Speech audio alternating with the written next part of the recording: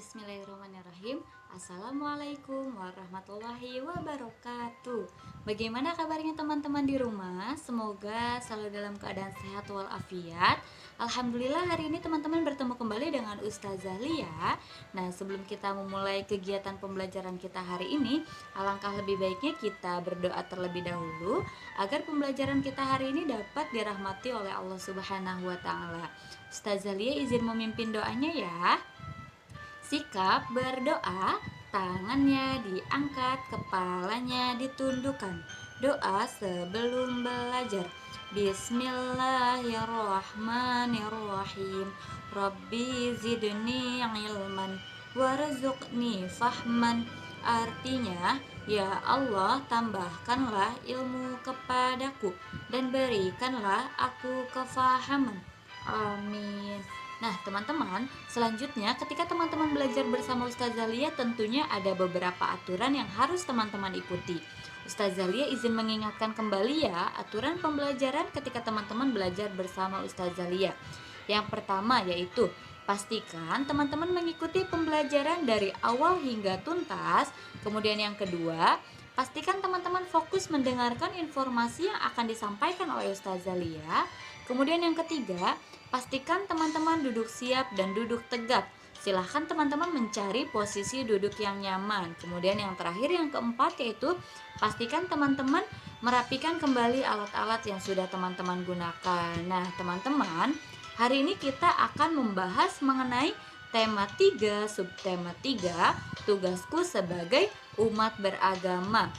Nah, teman-teman, kita sebagai orang yang memiliki agama, tentunya kita memiliki tugas. Nah, apakah tugas kita sebagai umat beragama?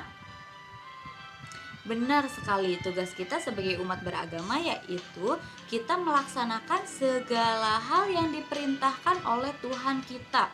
Salah satunya yaitu dengan beribadah kepada Tuhan kita.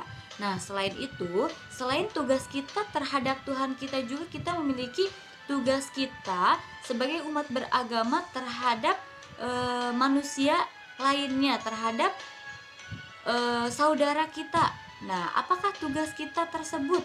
Yaitu dengan saling menghargai dan melakukan toleransi. Nah, hal ini juga sesuai dengan surat Az-Zariyat ayat 56 dan surat Al-Mumtahanah ayat 8. Nah, di sini Ustazah Lia akan membahas ayat tersebut satu persatu. Nah, yang pertama yaitu dari surat Az-Zariyat ayat 56 yang artinya, dan aku tidak menciptakan jin dan manusia melainkan supaya mereka mengabdi kepadaku. Nah, Allah menegaskan dalam Quran surat Az-Zariyat ayat 56 ini bahwa tujuannya diciptakan jin dan manusia tidak lain adalah untuk beribadah kepada Allah Subhanahu wa taala. Nah, beribadah di sini yaitu menyembah, mengabdi, menghamba, tunduk, taat dan patuh terhadap perintah Allah dan segala larangan Allah. Nah, tujuan beribadah di sini adalah untuk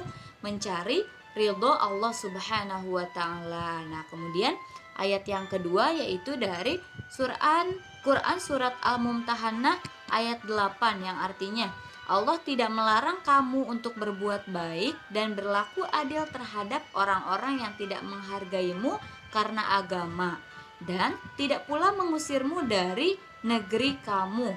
Sesungguhnya Allah menyukai orang-orang yang berlaku adil. Nah, di sini dijelaskan bahwa Allah tidak melarang kita untuk menghormati dan berlaku adil dengan berbuat baik dan melakukan kebaikan kepada orang-orang kafir. Nah, yang tidak memerangi kita.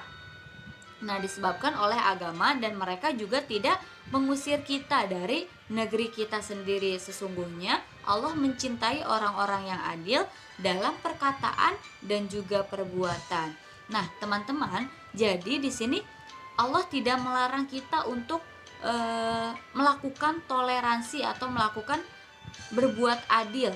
Nah, dengan catatan orang tersebut tidak memerangi kita, tidak membuat kita tidak nyaman seperti itu.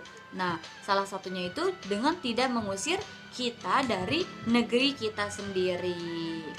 Nah, selanjutnya di sini ada pengertian umat. Nah, umat adalah para penganut atau pengikut suatu agama. Dan di sini juga ada pengertian agama. Agama adalah suatu ajaran atau tradisi yang mengatur keimanan manusia untuk beribadah kepada Tuhannya serta kaidah pergaulan manusia dengan manusia dan lingkungan. Nah, lalu apa itu umat beragama? Apakah teman-teman tahu?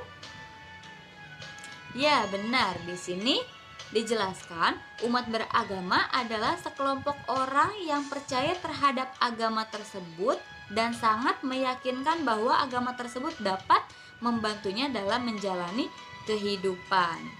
Nah, lalu adapun tugas sebagai umat beragama diantaranya yang pertama yaitu meyakini dan menyembah Tuhannya dengan cara beribadah. Contohnya kita sebagai muslim yaitu kita beribadah kepada Allah Subhanahu wa taala. Kemudian yang kedua yaitu menjalankan perintah dan menjauhi segala larangannya. Jadi kita itu harus menjalankan perintahnya. Allah memerintahkan kita untuk sholat, ya udah kita laksanakan sholat. Allah memerintahkan kita membayar zakat, silahkan kita membayar zakat.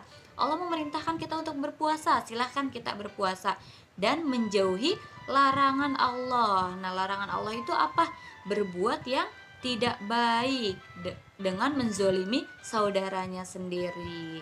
Kemudian yang ketiga yaitu hidup rukun dan saling menghormati antar umat beragama. Dan yang keempat yaitu menuntut ilmu agama. Selanjutnya ada hak dan kewajiban seorang muslim terhadap muslim lainnya. Kita memiliki hak dan kewajiban sebagai seorang muslim terhadap muslim lainnya atau terhadap saudara kita, yaitu yang pertama mengucapkan salam ketika kita bertemu, ketika kita berpapasan di jalan, pastikan kita mengucap salam ataupun menjawab salam.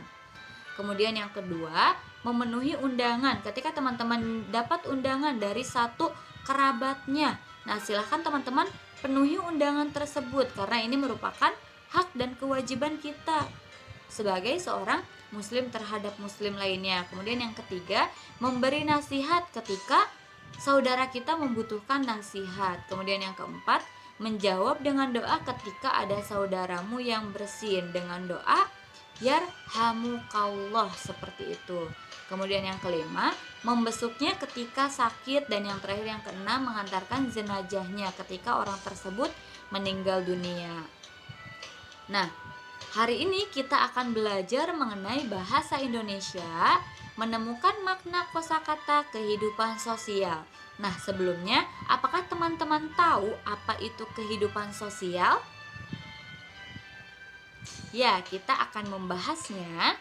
Jadi, kehidupan sosial adalah kehidupan yang di dalamnya terdapat unsur-unsur kemasyarakatan. Apa saja unsur-unsur kemasyarakatan? Yang pertama yaitu ada adat istiadat. Nah, adat istiadat merupakan aturan atau tata kelakuan yang dihormati dan dipatuhi oleh masyarakat secara turun-temurun.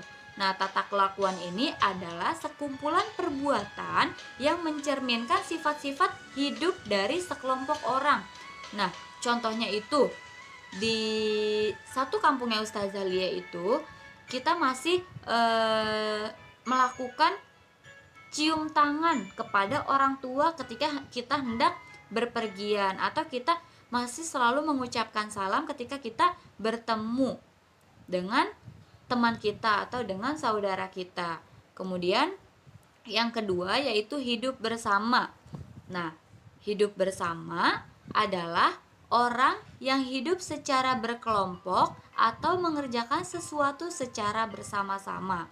Kemudian yang ketiga yaitu satu kesatuan. Nah, satu kesatuan adalah sikap andil dengan menyatukan perbedaan menjadi satu tanpa pertikaian, seperti itu.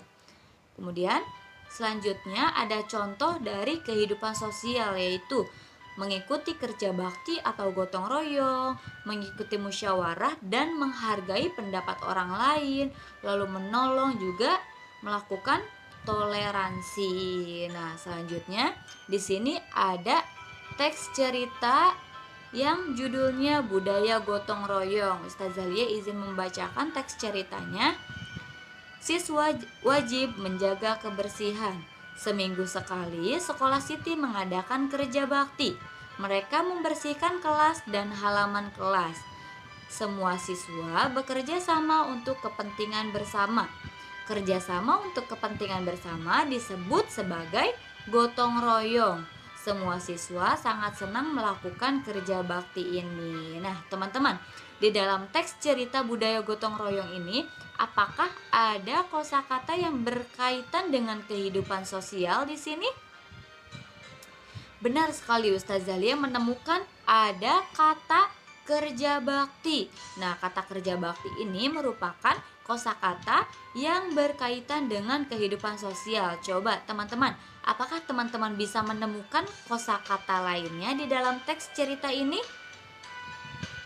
Benar, ada juga kata bekerja sama. Nah, bekerja sama juga merupakan kosakata yang berkaitan dengan kehidupan sosial. Apakah ada lagi kosakata lainnya?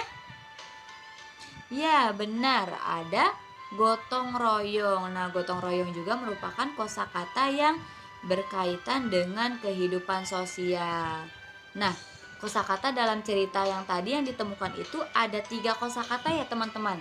Yang pertama ada kerja bakti, yang kedua ada bekerja sama, dan yang ketiga tadi ada gotong royong. Nah, sekarang kita coba akan membuat kalimat menggunakan kosakata yang tadi kita temukan di dalam cerita tadi ya teman-teman. Nah, untuk yang pertama ada kosakata kerja bakti. Kita akan membuatkan kalimatnya.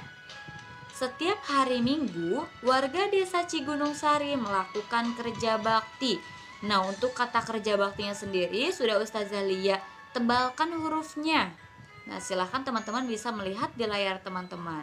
Kemudian yang kedua yaitu ada kosakata bekerja sama. Contoh kalimatnya, Adnan dan Pian bekerja sama untuk membantu persiapan lomba di ruang guru. Nah, untuk kata bekerja samanya sudah Ustazah Lia tebalkan juga. Nah, kemudian yang ketiga ada kosakata gotong royong. Nah, kalimat yang dibuatnya yaitu gotong royong dapat menumbuhkan rasa kebersamaan dan saling membantu. Nah, untuk kata gotong royongnya Ustazah Lia sudah menebalkan hurufnya. Silahkan teman-teman juga bisa melihat di layar handphone teman-teman. Nah, selanjutnya Ustazah Lia izin menginformasikan proyek kita. Nah, proyek kita untuk hari ini yaitu membuat kalimat menggunakan kosakata tentang kehidupan sosial. Nah, silahkan teman-teman membuat kalimat ya. Silahkan teman-teman belajar untuk membuat kalimat. Nah, langkah-langkah untuk membuat kalimatnya yaitu yang pertama, teman-teman akan membaca teks cerita tentang budaya tolong-menolong. Nah, setelah itu yang kedua teman-teman mencari kosakata yang berkaitan dengan kehidupan sosial yang ada di dalam cerita budaya tolong-menolong tadi. Kemudian yang ketiga, silakan teman-teman pahami makna dari kosakata yang sudah teman-teman temukan. Dan yang terakhir yang keempat yaitu buatlah kalimat dari kata-kata yang sudah teman-teman temukan. Nah, di sini ada teks cerita tentang budaya tolong-menolong. Ustazah Lia izin membacakannya. Hari ini Siti belajar dengan ceria. Siti bersama teman-teman berdoa dan memberi salam kepada ibu guru. Ibu guru menyampaikan pengumuman. Pengumuman itu berisi tentang banjir di lingkungan sekolah. Seluruh siswa ikut membantu. Mereka mengumpulkan uang sumbangan. Sumbangan dari siswa dikumpulkan setiap kelas. Kemudian, dari setiap kelas dikumpulkan untuk disalurkan. Seluruh siswa merasa senang dapat membantu korban banjir. Nah, di dalam teks cerita budaya tolong-menolong ini, Ustazah Lia contohkan menemukan satu kosakata, yaitu ada memberi salam. Nah, nanti teman-teman boleh mencari kosakata lainnya di dalam teks budaya tolong-menolong ini. Nah, sekarang Ustazah Lia akan contohkan cara membuat kalimat yang tadi Ustazah Lia sudah temukan. Nah, tadi Ustazah Lia menemukan kosakata memberi salam. Maka Ustazah Lia membuatkan contoh kalimatnya. Adnan menyapa gurunya dengan cara memberi salam. Nah, untuk kesimpulan pembelajaran kita hari ini yaitu tadi kita sudah belajar mengenai kehidupan sosial. Nah, kehidupan sosial adalah kehidupan yang di dalamnya terdapat unsur-unsur kemasyarakatan seperti adat istiadat, hidup bersama, dan memiliki rasa kesatuan. Nah, ada contoh dari kehidupan sosial. Yang pertama yaitu mengikuti kerjasama, mengikuti kerja bakti atau gotong royong. Kemudian yang kedua, mengikuti musyawarah dan menghargai pendapat. Kemudian yang ketiga, menolong, dan yang terakhir yang keempat yaitu toleransi. Nah, selanjutnya manfaat yang dapat kita ambil dengan mempelajari mengenai kehidupan sosial ini akan membantu kita untuk mengendalikan perilaku sosial dalam kehidupan bermasyarakat. Contohnya seperti saling membantu serta saling peduli antar sesama. Nah, hal ini juga dijelaskan di dalam Al-Quran surat Al-Ma'idah ayat 2 yang artinya, dan tolong menolonglah kamu dengan kebaikan dan ketakwaan, dan janganlah tolong menolong dalam berbuat dosa dan pelanggaran, dan bertakwalah kamu kepada Allah, sesungguhnya siksa Allah sangatlah berat. Nah, mungkin cukup sekian yang dapat Ustazah Lia sampaikan. Ustazah Lia izin menutup kegiatan kita hari ini dengan membaca hamdalah bersama-sama.